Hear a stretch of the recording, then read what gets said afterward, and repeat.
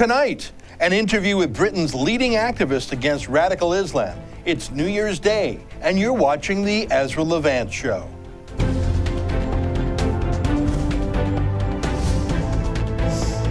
Why should others go to jail when you're the biggest carbon consumer I know? There's 8,500 customers here, and you won't give them an answer. You come here once a year with a sign, and you feel morally superior. The only thing I have to say to the government about why I publish it is because it's my bloody right to do so.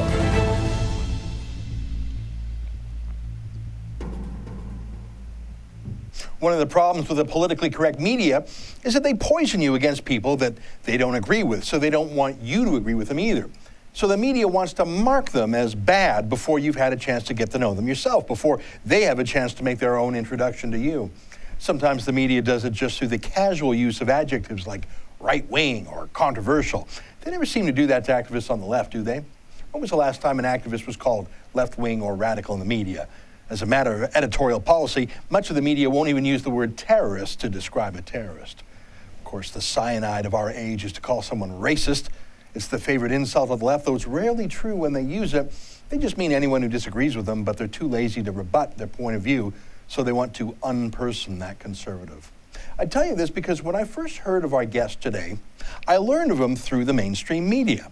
Controversial, right-wing, racist, hooligan, low class, criminal.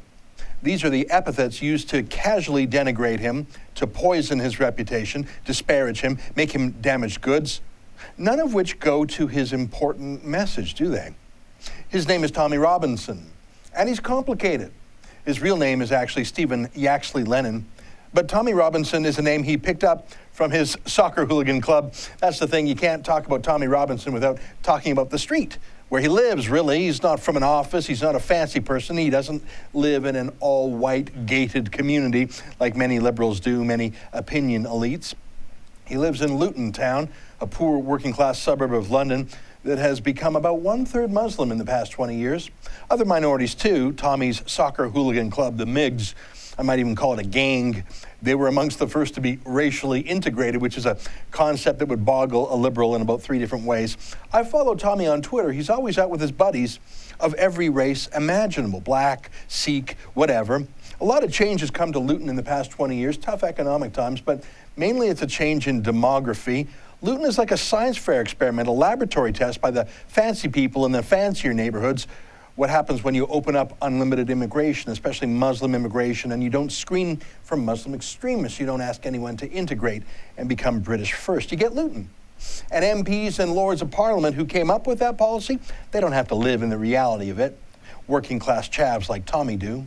He's a man of the streets, an original community organizer in his own way, but instead of just organizing his buddies into rallies and rumbles for his football team, he started to organize for English values. He became the leader of the English Defence League for years, having marches against Sharia law. Let me show you what it's like now in Luton. Here, watch as he drives through his old neighborhood. This area here, I used to come down this area with my mum when I was younger. Just go shopping. This area now is literally just a complete Muslim area. It's got 19 mosques all within a stone's throw, and plans for another 6. So driving through this area, are you unwelcome here? Oh yeah, I'm completely unwelcome here, yeah. What would happen if you were to walk through the streets here? If I was walking the streets, I'd get battered. If I tried to walk from one end to the other, I wouldn't get out. Because they get on their phones so quickly.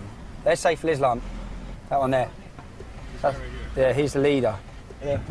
What? What have I got to talk to you about? What have I got to talk to you about? What have I got to talk to you about? What have you got to say about Islam and that, innit? Yeah, I have, yeah. Yeah? So why didn't you say it now? What do you want me to say? Yeah? It's a ideology, it's got no place. Yeah? Yeah, it's got no place, bruv. And what you Sharia got? law's got no place in this country. Got? What do you mean, what have I got? Go on, tell me, What what do you stand for? What do I stand for? Yeah, what do you stand for? Integration, bruv. I don't stand for paedophilic practices, Yeah? Yeah. What do you stand for? Go on, tell me. What do you mean, what do I stand for? What do you stand for? Racism, How's it racism? Eh? How's it racism? How's it racist to oppose a fascist ideology? Fascist ideology. It is And what fascist. do you? You're racist. How am I racist? You hate Asians, what yeah? race are Asians? What race are Muslims? I heard. Come on, Down, where are you running away from? Because I know, I know what you like, bruv. You have about 100 you in a minute. You fucking little chief. You fucking chief. Prick. You see? That is Islam. You f***ing little prick. The thing is, you get out of this car, they'll be here from everywhere. Watch how many of them now turn up. Watch. You can imagine how it looks when he actually walks on the street itself.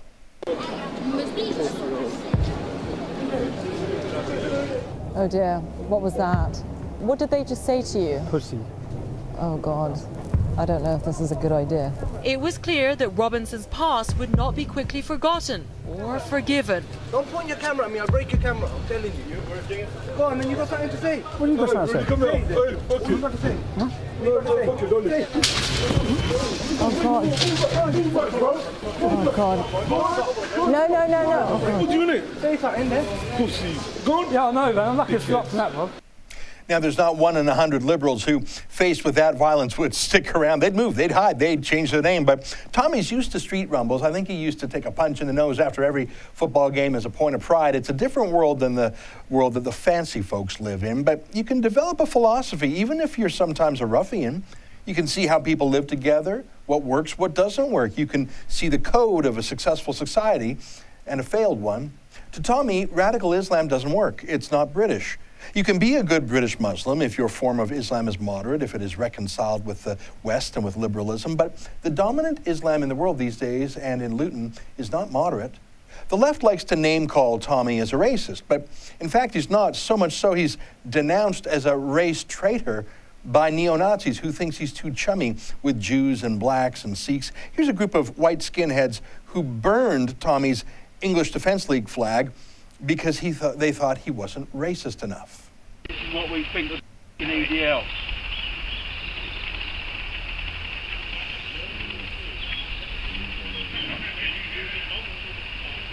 That's what we think of EDL. So he gets it from the Nazis, but he gets it from the hard left too. Here, watch how Tommy was walking peacefully, surrounded by police, and a leftist just punches him in the nose. That's not surprising. More surprising was what the police did right afterwards. Have fun. Otherwise, we'll be over there. Just walk down the way. Get out of it. What are you doing? There you go.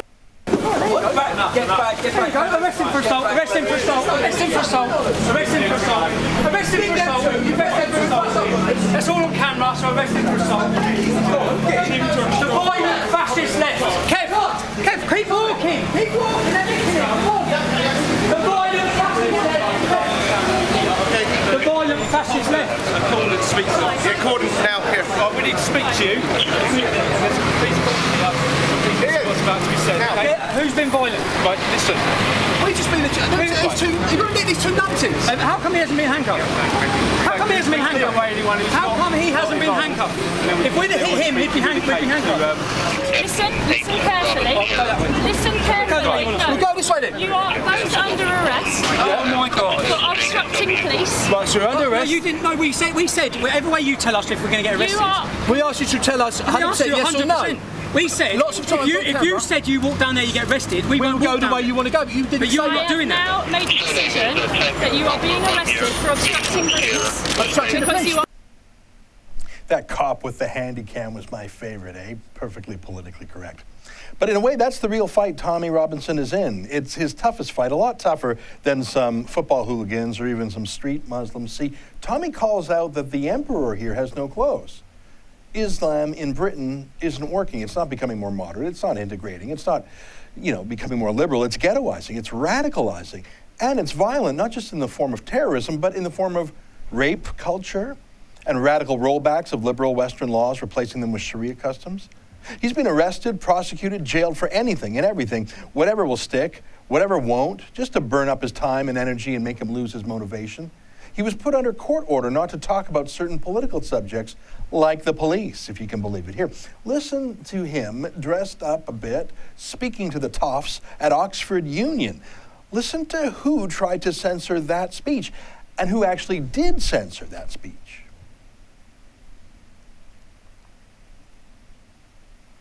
Nice to be standing here today.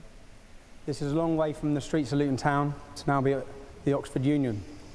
I think it's a good day for freedom of speech. You've all heard, I was getting called a little fascist as I was walking in here. There's protests outside from Unite Against Fascism who The definition of fascism is trying to stop people have a difference in opinion of you, which is what I have. So I think they're showing themselves up as fascists.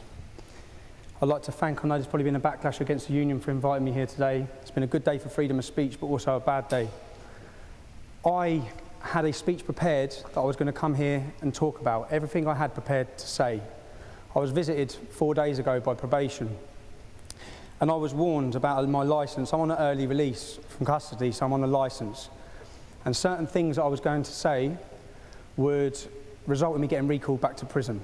Now, even though, which I said, obviously I haven't got the same freedom of speech as what everyone else has got then, they said, no, not whilst you're on licence.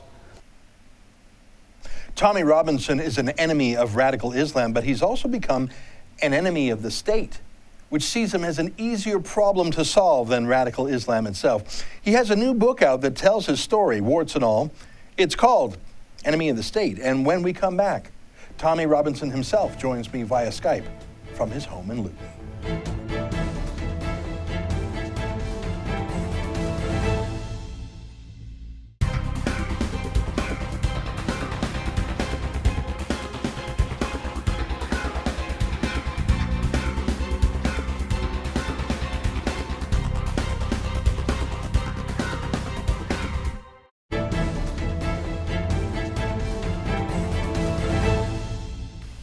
And joining us now via Skype from Luton Town is Tommy Robinson. Thank you for joining us today, Tommy. Thank you for having me on. Well, it's a pleasure. You're such an interesting character. You defy pigeonholing, but I think that is the chief tactic of your opponents, to call you a racist, to call you a hooligan, to call you a criminal. It's all personal attacks to avoid dealing with what I think is a fairly nuanced philosophy you have about the West and freedom. That's it. Every opportunity I've had, whenever I've debated on TV or interviewed by the BBC in England, everything's an attack on me. They never debate the issues, and the issues that we're raising, the issue, and that is simply to get around the debate. If we call them racist, if we call them far right, if we call them violent, if we call them thugs or hooligans, then we don't have to talk the issue. And I've been on some programmes. I was on one programme once, and it was actually called Free Speech, ironically. And this lady said that I was a racist. So I simply said, tell me what I've ever said in my life that's racist.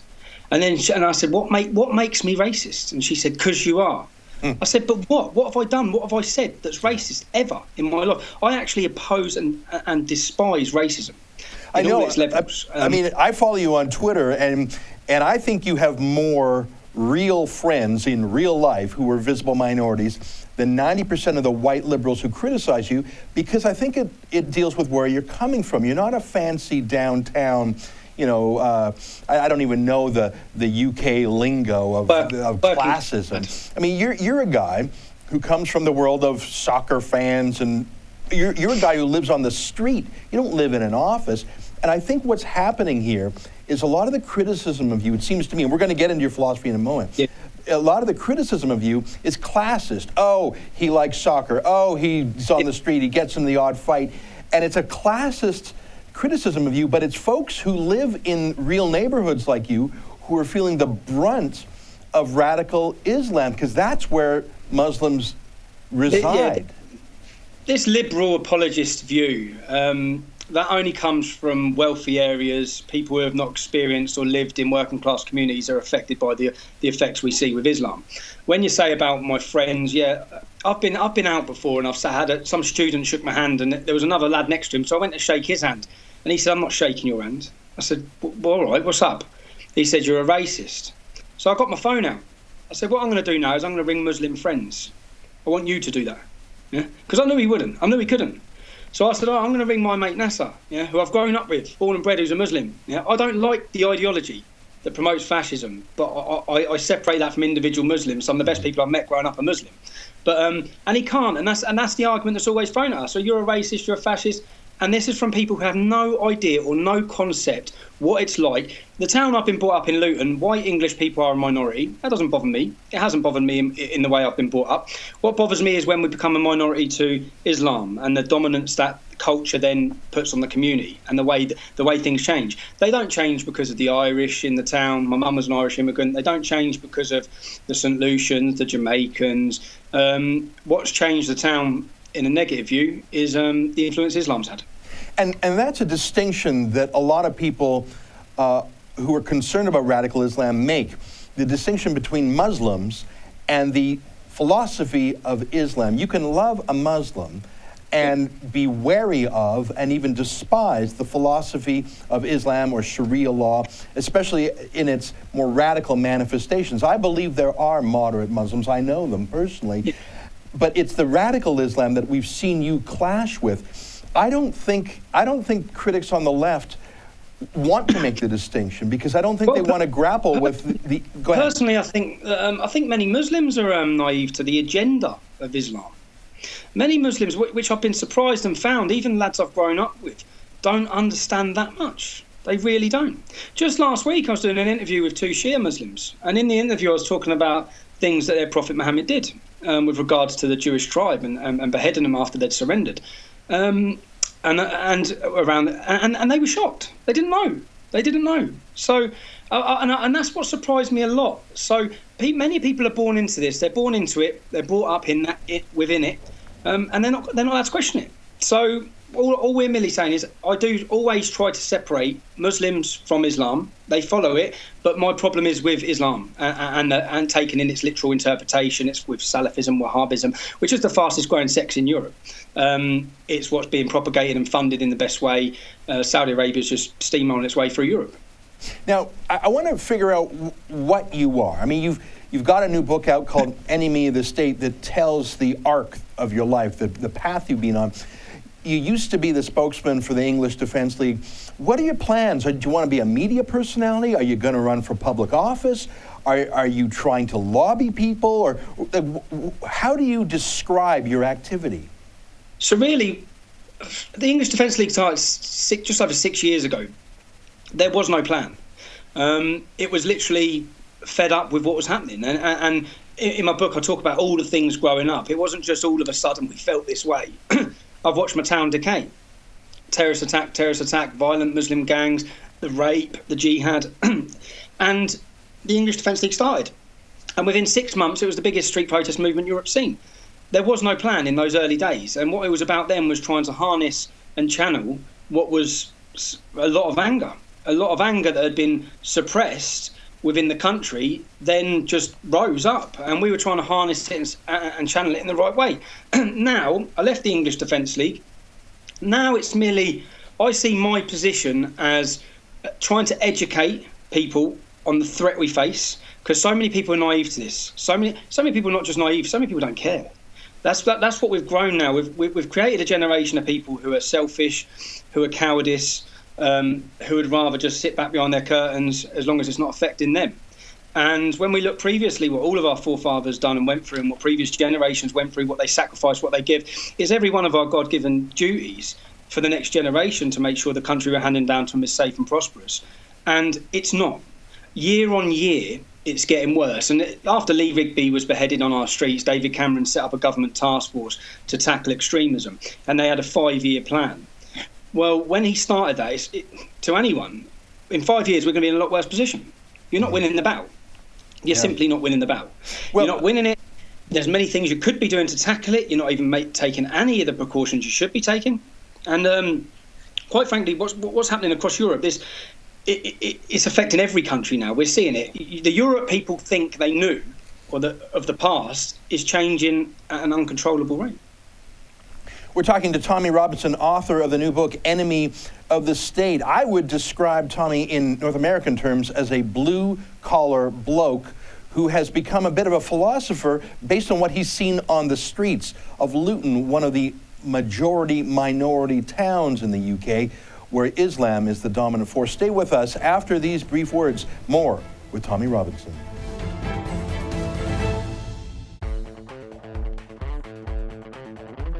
Looking for the perfect gift? Did you know the Rebel.media has a store? Make a statement with a t-shirt. Have your morning coffee in a Fearless Travel coffee mug. There's even an Ezra Levant bobblehead. It's a one-stop shop for the perfect gift. And don't forget to pick up something for yourself. Go to therebel.media/store to find out more.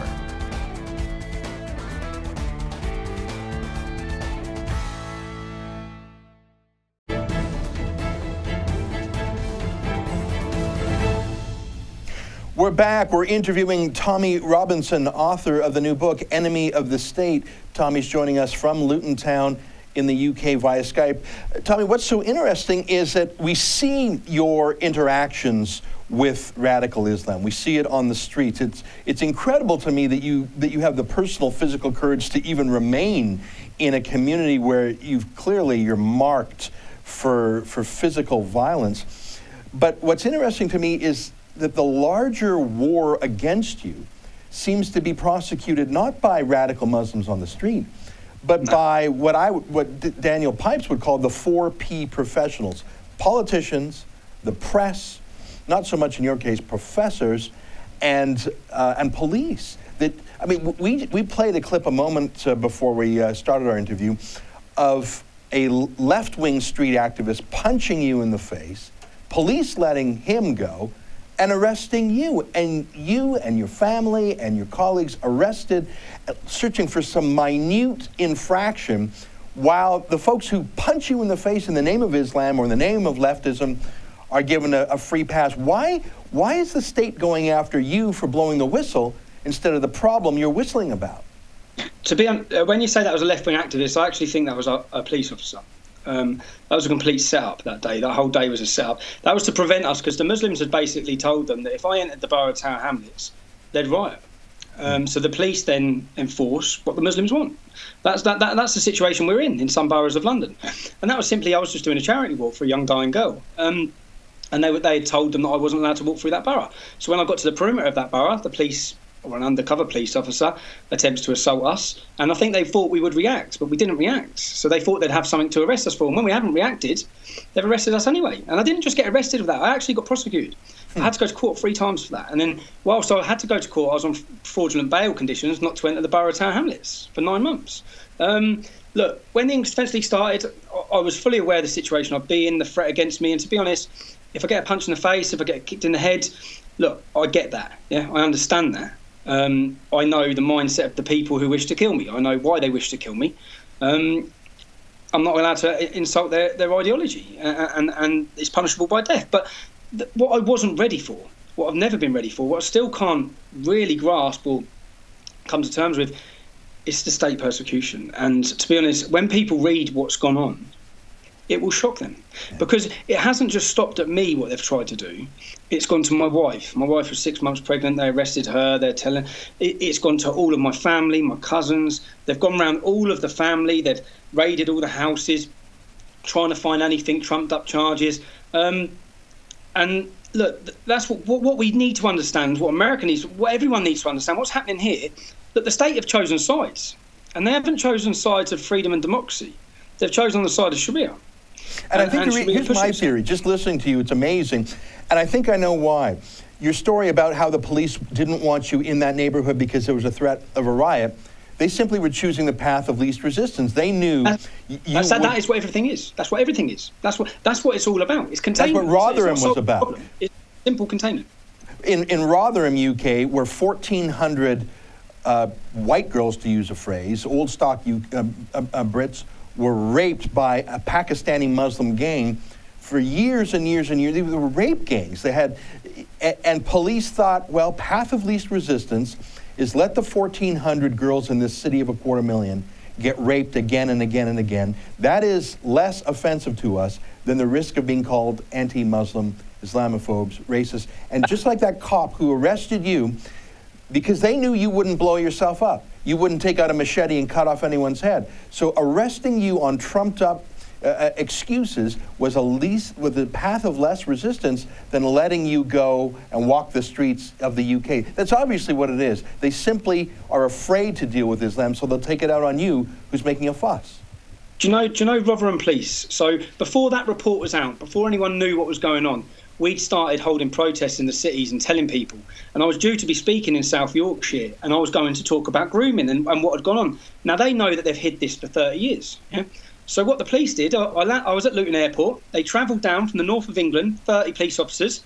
I got arrested on a criminal damage charge. They raided my mum's house. They raided my wife's house. They went to the house with guns, machine guns.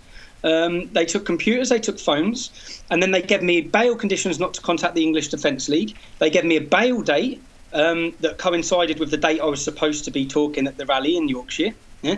And then 3 weeks later, once the rally had passed, once I couldn't talk about the issue I wanted to talk about, they dropped all charges. I then put a complaint through the IPCC saying that I believe these arrests were politically motivated. I believe the reason for arresting me was this. They come out and held their hands up to everything. They don't care. They actually, now it's all out. But at that time, it's exactly what you said. I was talking about the grooming. They've been covering it up for years. What's their solution? Stop him talking.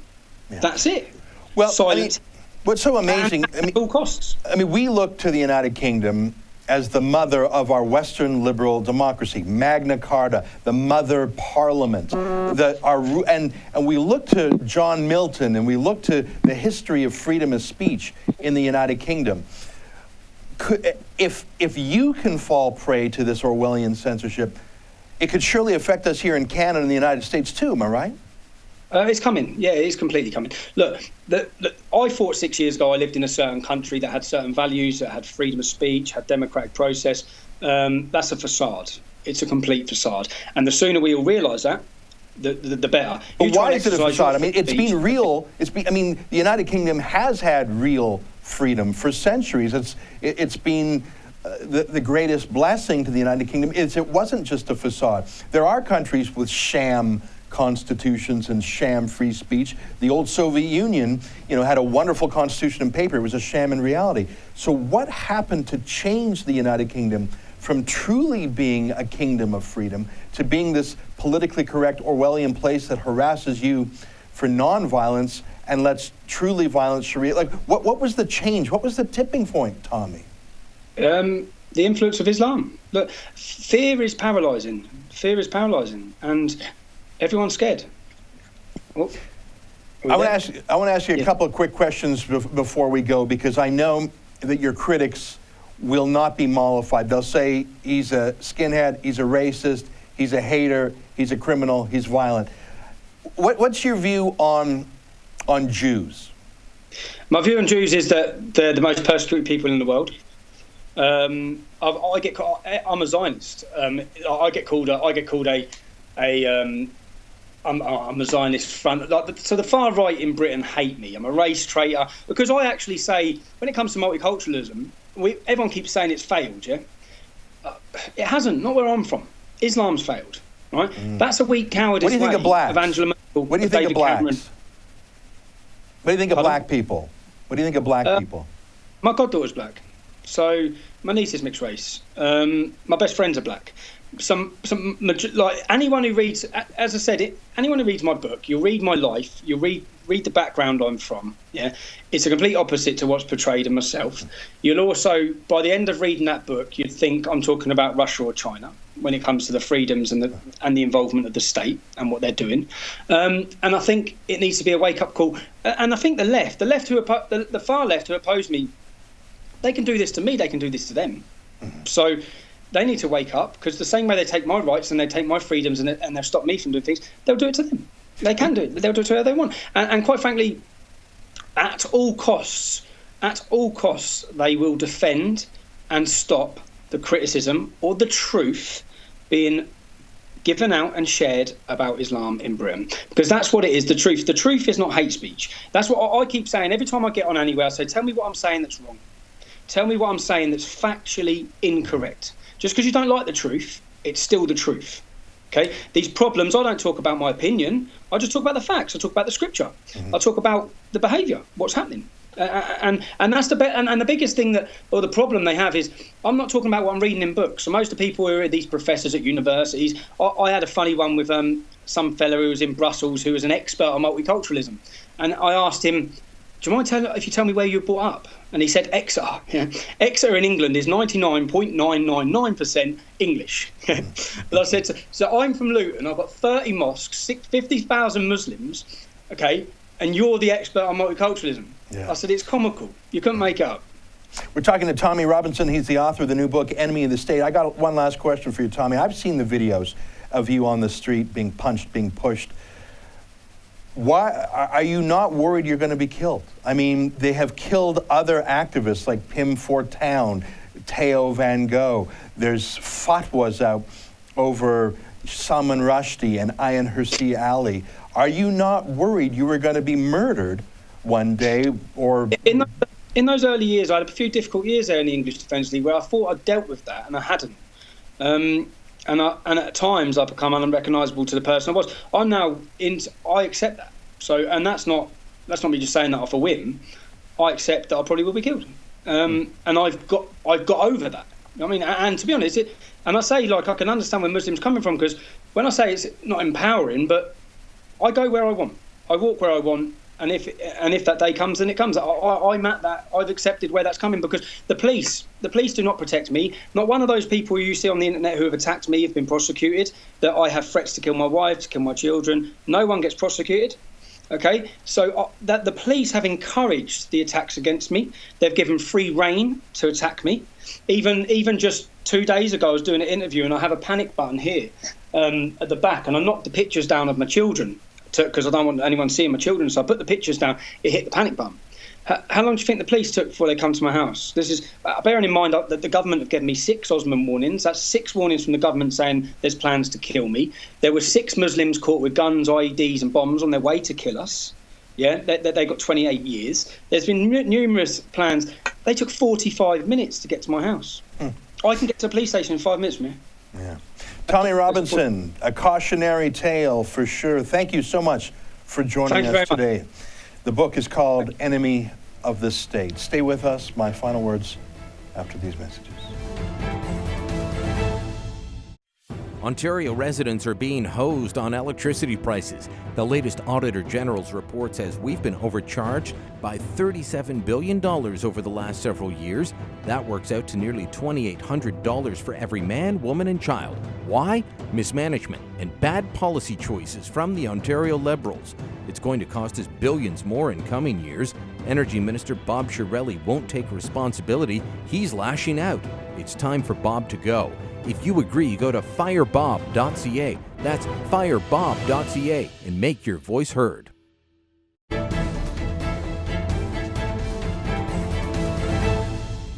What do you think of Tommy Robinson? I'm going to have a guess here that if you're uncomfortable by him, it's not for his ideas, it's who he is, where he comes from. He's a chav, as they might say in the UK. He's not a toff. They have a real classist stratification over there, don't they?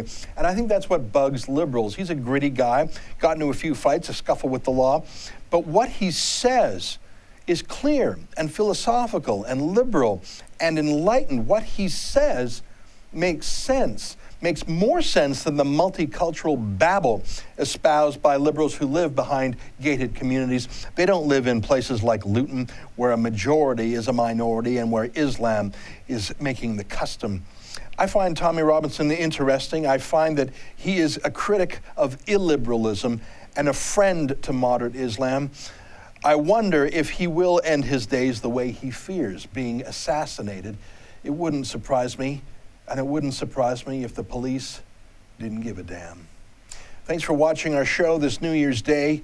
Feel free to send me your thoughts about Tommy Robinson. Maybe you think I've got it wrong. Email me at ezra@therebel.media or put your comments below. You can share our ideas, your ideas, share this video on Facebook, or send me a tweet at Ezra Levant. That's it for today, everybody. Happy New Year, and keep fighting for freedom.